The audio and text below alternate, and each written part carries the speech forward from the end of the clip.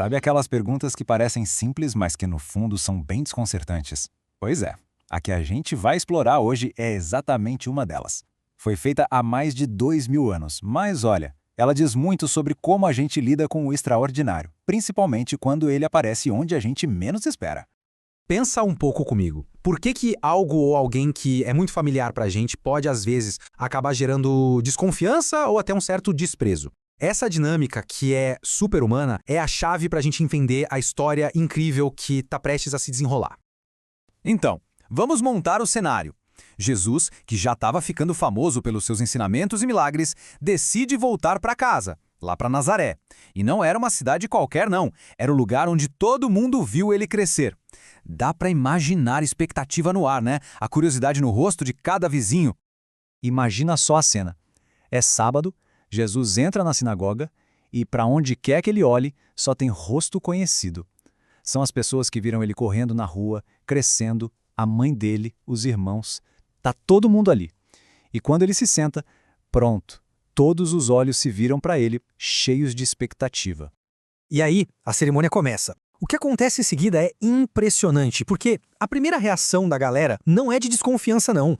É de pura admiração. Eles ficam completamente envolvidos. Jesus se levanta para ler, e as palavras que ele escolhe vêm direto de uma profecia superpoderosa de Isaías. É uma mensagem de esperança, de cura e, o mais importante, de libertação. E todo mundo que estava ali sabia, essa passagem era uma referência clara ao Messias. O impacto foi imediato. As fontes contam que as pessoas foram tomadas por um poder que nunca tinham sentido. Uma onda de influência divina que simplesmente derrubou as barreiras, e a resposta deles foi com améns cheios de fervor e louvores a Deus. Por um breve momento, eles conseguiram ver o invisível. E então, tudo muda. É impressionante como aquela atmosfera super positiva se transformou em algo sombrio, violento. A virada é assim, abrupta e bem chocante. E aqui está o gatilho. Com essa única frase, Jesus tira a profecia de um futuro distante e a coloca bem ali, no presente, dentro daquela sala. De repente, a mensagem não era mais sobre um eles distante, mas sobre nós, ali, naquele momento. E isso, claro, feriu o orgulho deles. Como assim? Eles devem ter pensado. Nós, os filhos de Abraão, prisioneiros precisando de liberdade espiritual? As palavras de Jesus deixaram muito claro que a missão dele ali seria bem diferente do que eles estavam imaginando. Aqui a gente vê o centro do conflito. De um lado, a expectativa por um libertador político, um rei guerreiro que ia restaurar o poder da nação. Do outro, a oferta de um libertador espiritual, cuja missão era curar os corações, e não só de Israel, mas do mundo todo. As expectativas deles simplesmente não batiam com a realidade. E aí, a dúvida começa a aparecer.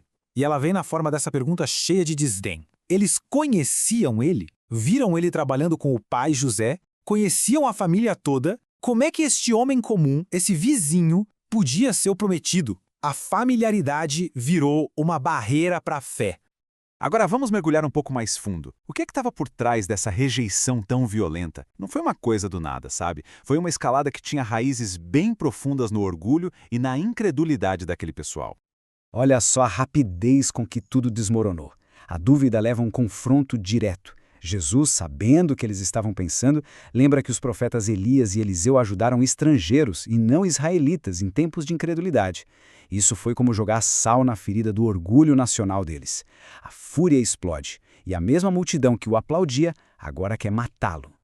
O ponto crucial aqui é que a recusa deles em acreditar não levou à indiferença, mas sim a uma maldade ativa. A fonte diz que eles chegaram a manifestar os atributos do destruidor. Eles se afastaram daquele que veio para restaurar e, no lugar disso, abraçaram a destruição. Tá, agora vamos sair um pouquinho daquela sinagoga em Nazaré e trazer essa discussão para os dias de hoje. Porque as lições dessa história são universais e, de um jeito surpreendente, elas conversam diretamente com a nossa própria época. Essas aqui são as razões de fundo. O preconceito cegou, impedindo que vissem a verdadeira grandeza, que não precisa de show. A justiça própria fez com que a pureza de Jesus se tornasse uma ameaça. O medo da mudança os fez se apegar a rituais que já estavam vazios. E a verdade que ele representava era simplesmente desconfortável demais. Essa reflexão aqui é muito profunda. Ela nos diz que o que realmente importa não é o tanto de conhecimento que a gente recebe, mas o que a gente faz com o pouco que já tem. O povo de Nazaré tinha a luz bem na frente deles, mas escolheu rejeitá-la. E aqui está a conexão direta com a gente. Essa luta para aceitar uma verdade que desafia as nossas crenças, o nosso orgulho, o nosso conforto, isso não é coisa do passado. É uma luta humana que continua até hoje. E assim a gente termina com uma pergunta que fica no ar para a gente refletir. Quando a gente se depara com uma verdade que nos incomoda ou nos desafia, como é que a gente reage? Será que estamos abertos para ouvir ou será que a familiaridade com as nossas próprias ideias acaba nos cegando para aquilo que a gente mais precisa? Se esse resumo do capítulo de hoje facilitou sua vida, que tal nos ajudar a continuar? Seja um apoiador. O link está na descrição.